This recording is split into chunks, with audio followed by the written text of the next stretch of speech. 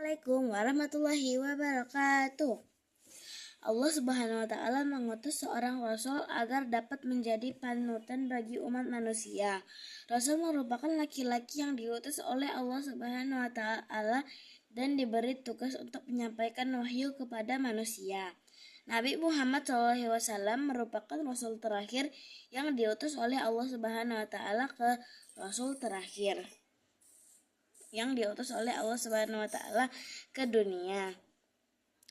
Jika ada yang mengaku sebagai nabi setelah Nabi Muhammad, sudah dapat dipastikan bahwa dia adalah nabi palsu. Nabi Muhammad SAW memperlihatkan tanda-tanda kenabiannya sejak masih kecil. Tanda kenabiannya telah tertulis pada kitab-kitab sebelumnya. Nabi Muhammad SAW merupakan manusia pilihan yang diutus Allah Subhanahu wa taala sebagai rasul. Beliau diperintahkan untuk mengajarkan kebenaran kepada umat manusia. Beliau bukan hanya diutus untuk membimbing kaumnya, tetapi juga untuk menjadi rahmat bagi seluruh di muka bumi. Nabi Muhammad SAW diangkat menjadi Rasul. Nabi Muhammad SAW lahir dan tumbuh besar di dalam lingkungan masyarakat jahiliyah.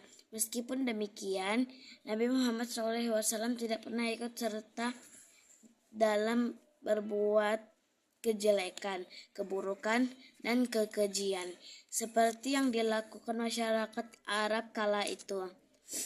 Sejak kecil, Nabi Muhammad SAW memiliki akhlak baik.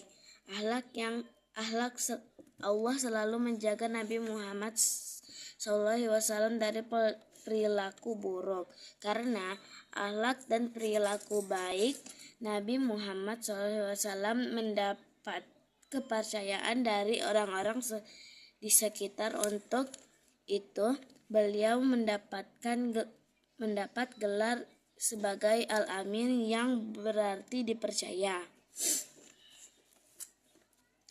Ketika usia Nabi SAW 25 tahun, seorang saudagar kaya bernama Khadijah mendengar sifat jujur dan amanah beliau ketika berdagang. Perniagaan yang diamanahkan kepada beliau selalu menghasilkan keuntungan bagi Khadijah. Khadijah menikah dengan Nabi Muhammad SAW menginjak usia 40 tahun.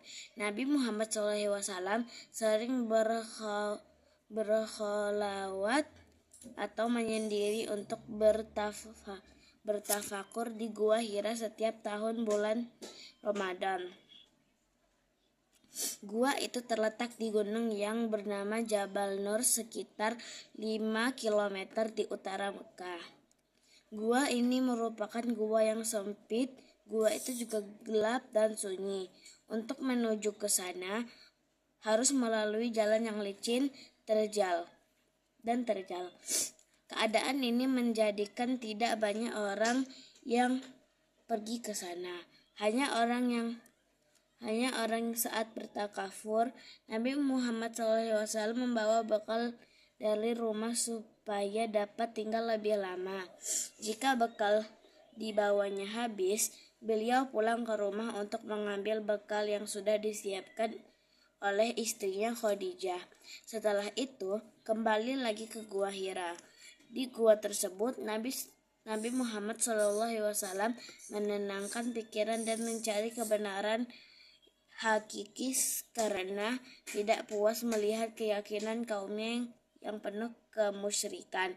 Sementara itu, beliau juga belum pernah merasakan sesuatu yang menjadikan kepuasan di hati.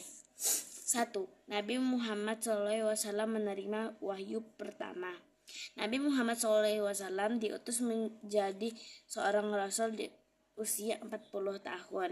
Beliau menerima wahyu pertama di dalam Gua Hira berupa surah Al-Alaq ayat 1-5. Peristiwa turunnya wahyu pertama tersebut terjadi pada tanggal 17 Ramadan bertepatan dengan tanggal 6 Agustus 610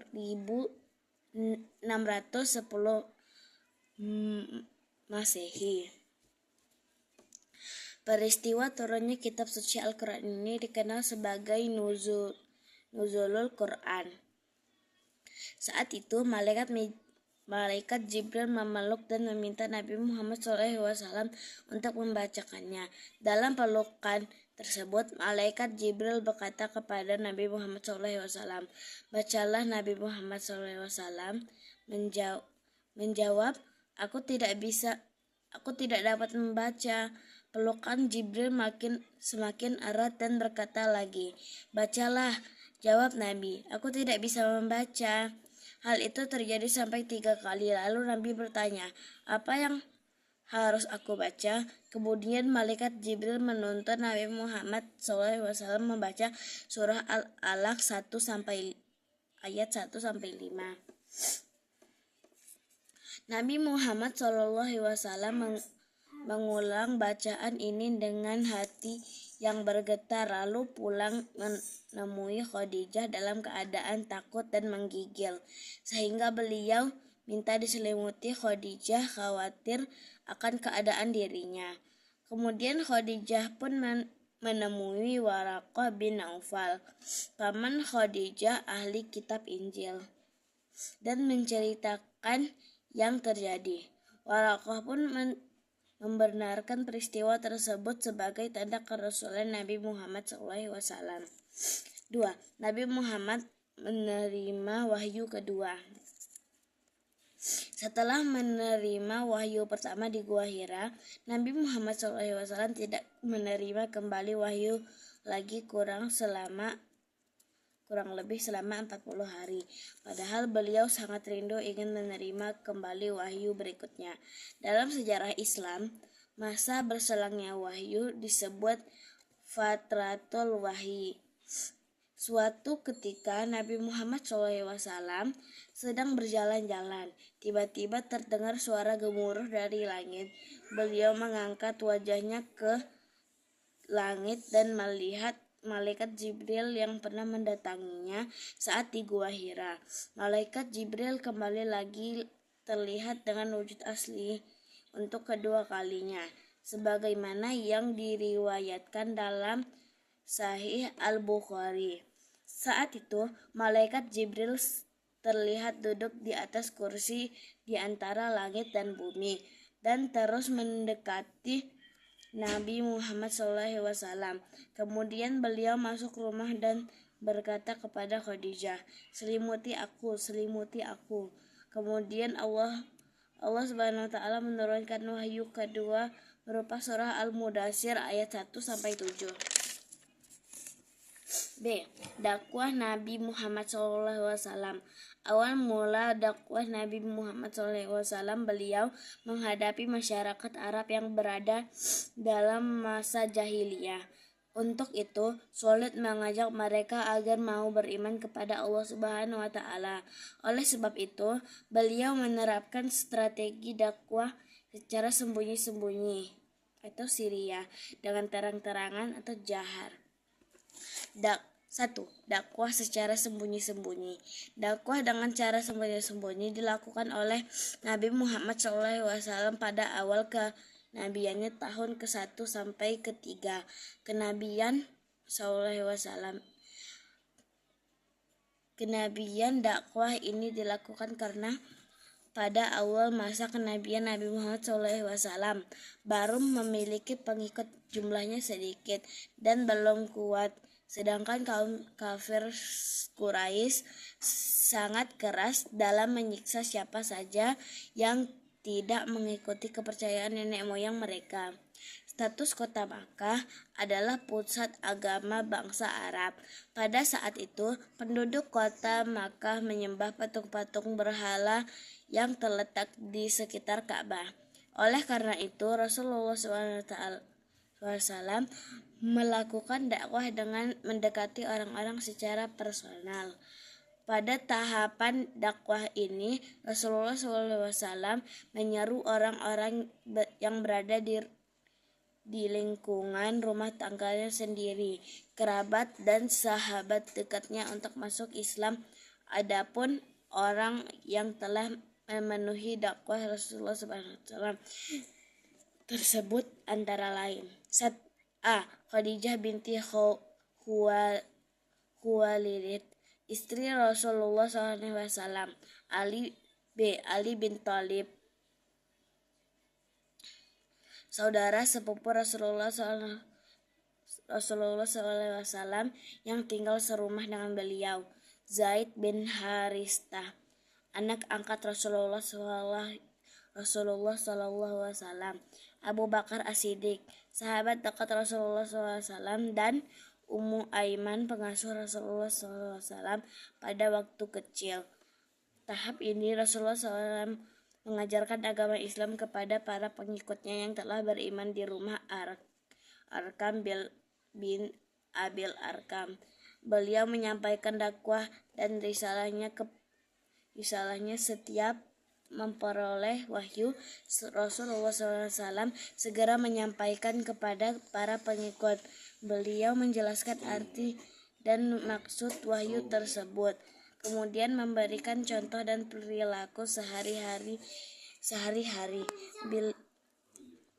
Beliau tidak hanya memerintah tetapi juga melakukan perintah tersebut. 2. Dakwah secara terang-terangan. Pada tahun keempat kenabian, Nabi Muhammad SAW mulai menjalankan strategi dakwah secara terang-terangan.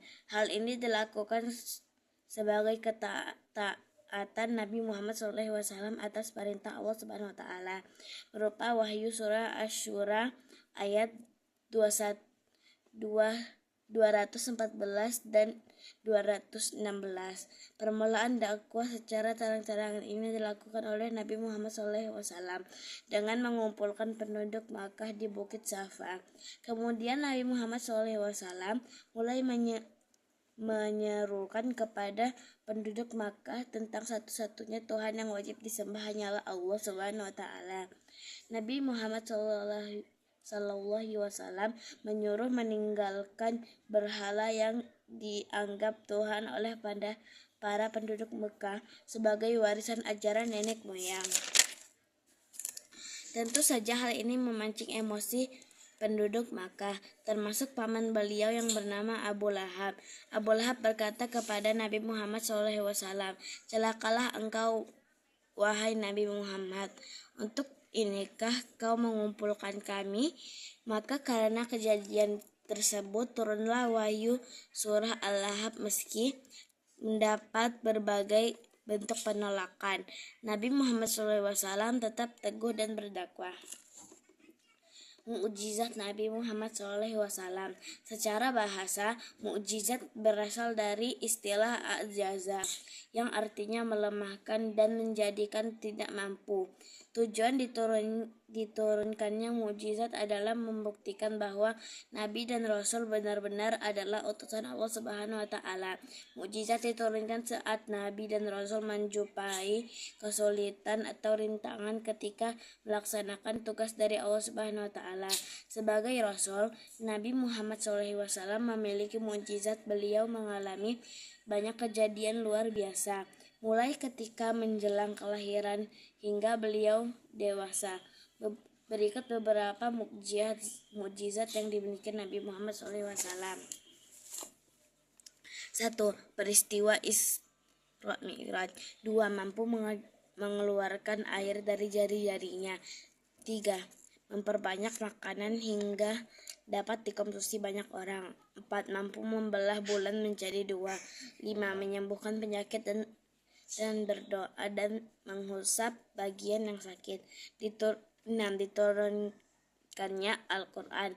Mukjizat terbesar Nabi SAW adalah keaslian Al-Quran dipelihara sepanjang masa. Allah Subhanahu wa taala berfirman dalam surah Al-Hijr ayat 9 sebagai berikut.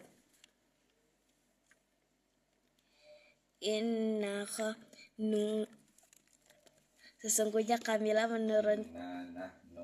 Inna nahnu nazzalna zikra wa inna lahu lahafizun. Sesungguhnya kamilah yang menurunkan Al-Quran dan kamilah pula yang memeliharanya. Surah Al-Hijr 15-9.